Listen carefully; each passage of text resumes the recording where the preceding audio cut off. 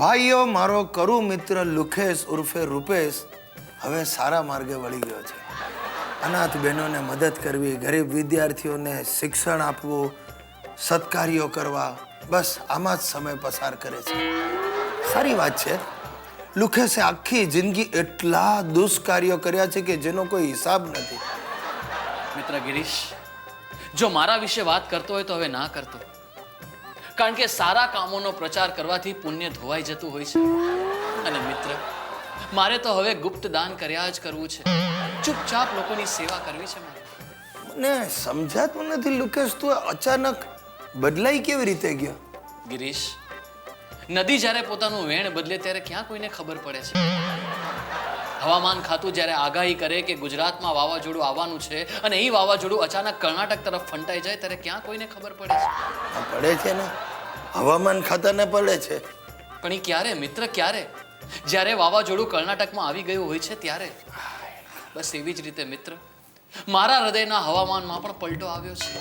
વાહ વાહ વાહ વાહ લુકેશ, આ તારી લીલાઓ જોઈને મને થાય છે કે હું પણ મારા કુટુંબનો ત્યાગ કરું અને તારા માર્ગે વળી જાઉં. ના મિત્ર ના, એ લોકોનો ત્યાગ કરવાની તારે કોઈ જરૂર નથી, કારણ કે એ લોકોને કારણે જ તને વૈરાગ્ય આવશે.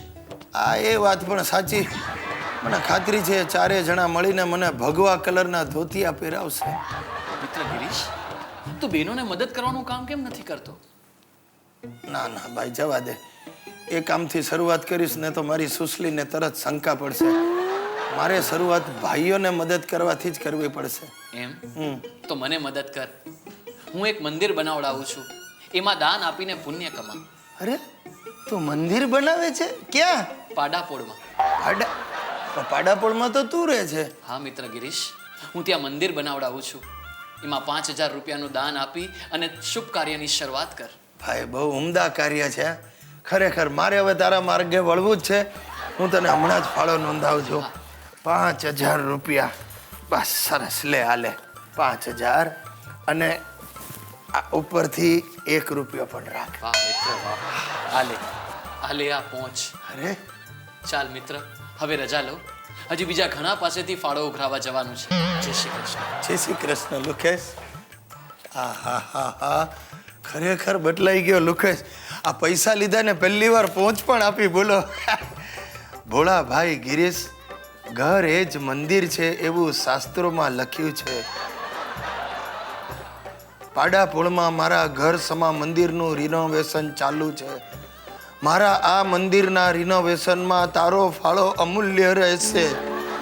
આજ સાંજ સુધીમાં તારા જેવા બીજા 20 મળી જશે તો મારું કામ પૂરું થઈ જશે. નંદ ઘેરા નંદ ભયો, જય કનૈયા લાલ કી. સાહેબો, દુનિયા આખીને ત્રાસવાદે ભરડો લીધો છે. સવાર પડે ને તમે છાપું ખોલો, એક જ સમાચાર વાંચવા મળશે. ફલાણી જગ્યાએ બોમ્બ ફાટ્યો, ફલાણી જગ્યાએ ત્રાસવાદીઓએ હુમલો કર્યો. હેરાન થઈ જવાય. અને મારા તો ઘરમાં જ ત્રાસવાદીઓ હરે ફરે છે. આ મારો હિતિયો, મારા બાપા ને મારા દાદાજી, આ ત્રણેયને મેં ઉછેરેલા ત્રાસવાદીઓ છે. અને તમે નહીં માનો, એક ત્રાસવાદી તો રોજ મારા પડખામાં સૂઈ જાય. મારી બૈરી સુશીલા.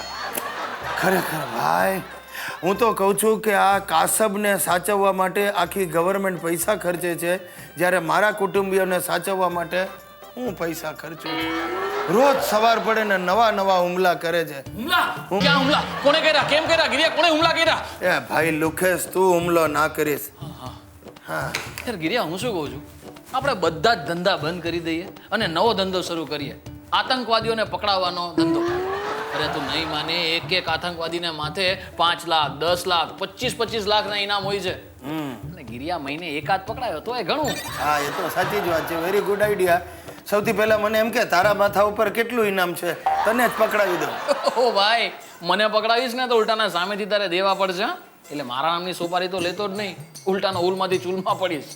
લુખિયા, તું કોઈ દિવસ નહીં સુધરે. હા તો પણ ગિરિયા, મેં ક્યાં સુધારા કેન્દ્ર શરૂ કર્યું છે? હવે તું મને એક વસ્તુ કે, આતંકવાદી જાણકારી કેન્દ્રમાં તારે મારી સાથે રહેવું છે કે નહીં? આતંકવાદી જાણકારી કેન્દ્ર આઈડિયા ખોટો નથી લુકેશ. પણ જો ભાઈ, આપણે કાંઈ પણ હવે ધંધો શરૂ કરીએ ને પહેલા ટર્મ્સ કન્ડિશન એકદમ ક્લિયર હોવી જોઈએ. બોલી દે. ટર્મ્સ કન્ડિશનમાં આપણે સૌથી પહેલા તો 50-50. હા તારા ઘરમાં એક સરસ મજાનું ટેબલ ગોઠવી અને આતંકવાદી જાણકારી કેન્દ્ર આપણે શરૂ કરીએ. એ ભાઈ 1 મિનિટ, મારા ઘરમાં શું કામ? અરે ભાઈ, મારા ઘરમાં ટેબલ રાખશું તો આપણે બંને ઘરની બહાર ઊભા રહેવું પડશે. હા એ સાચું. બરાબર, આપણે કામ કરીએ, હમણાં ને હમણાં સેલમાં જઈને એક સરસ મજાનું ટેબલ લઈ આવીએ. હા લાવ 6000 રૂપિયા. 6000 રૂપિયાનું ટેબલ હા આતંકવાદીને પકડાવવા માટે? કાંઈ નહીં, આટલા બધા દખારા નથી કરવા. ઉભો રહે. જો ભાઈ 50-50 વાત કરી છે ને, હું તને આ 2000 રૂપિયા આપું છું, ટેબલ લઈ લે. કાંઈ વાંધો નહીં, હું તો જઉં છું કોઈ ભંગારવાળા પાસે અને જૂનું ટેબલ લઈ આવું છું. હા ભલે. અને સાંભળ, હે ગિરિયા સાંભળ, જલ્દી આતંકવાદીઓના છાપામાંથી એક લિસ્ટ બનાવ, કોના ઉપર કેટલું ઇનામ છે એ બધાનું ટોટલ કર. હું તારા ઘરે જઈને ટેબલ ગોઠવાવું છું. ઓકે? ભલે ભલે ભલે. ચાલો, જોયું તમે? આ લુકેશ ભલે આમ ગમે તેવો પણ એનું ભેજું ફળદ્રુપ છે. હવે તમને આવો વિચાર આવે? આતંકવાદી જાણકારી કેન્દ્ર.